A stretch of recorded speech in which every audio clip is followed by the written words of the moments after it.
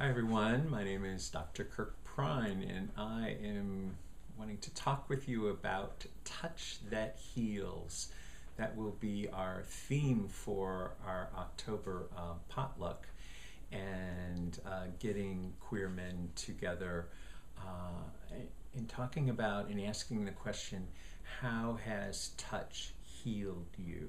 So as men who love men, touch is oftentimes a very powerful connector, web weaver, heart opener, way to build relationships.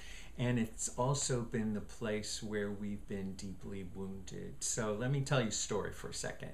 And for all of you, just thinking about, no matter whether you're watching this and you're a queer man or any gender, any orientation, touch has either wounded us or healed us.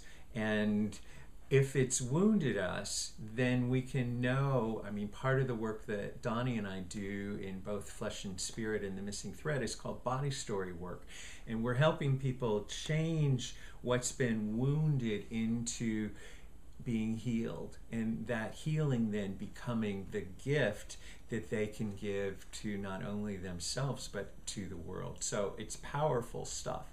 So my own story is that when I was a boy I was sexually abused, so I knew the wounded part of touch and how that impacted me on so many levels. And then doing all of my work in therapy and body work and doing sexual work and so the spiritual work, forgiveness, there's been a whole pathway that has helped us in developing the work we call body story work. But it's really come out in part from my own healing, of knowing that I had an agreement with myself from the wound of being touched improperly, that I could only have pleasure coupled with pain. And so my healing has been to break that contract so that I can have pleasure without pain.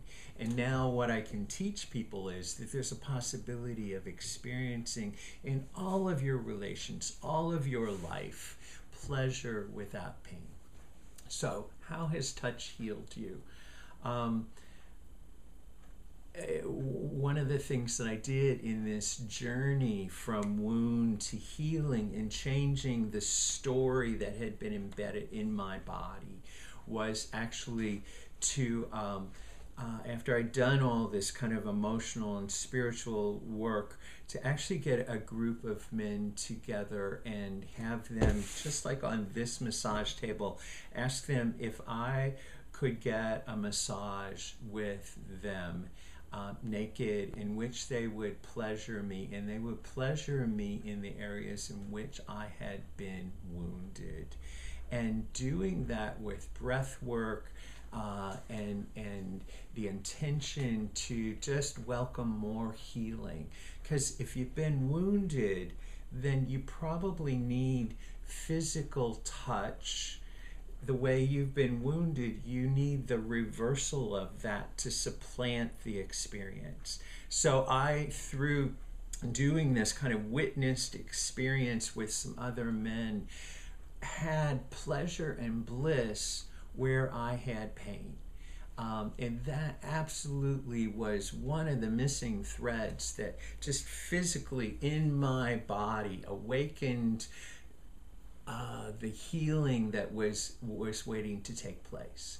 So this is my story, but what's your story about touch, and how have you been touched that has healed you, especially from cultural, racial, tribal, family stuff? There's all so many layers about us as men who love men that have been layered on, that have wounded us. And it may not be sexual abuse, it may be just the abuse of those kinds of things of not being fully seen, heard, known, and validated.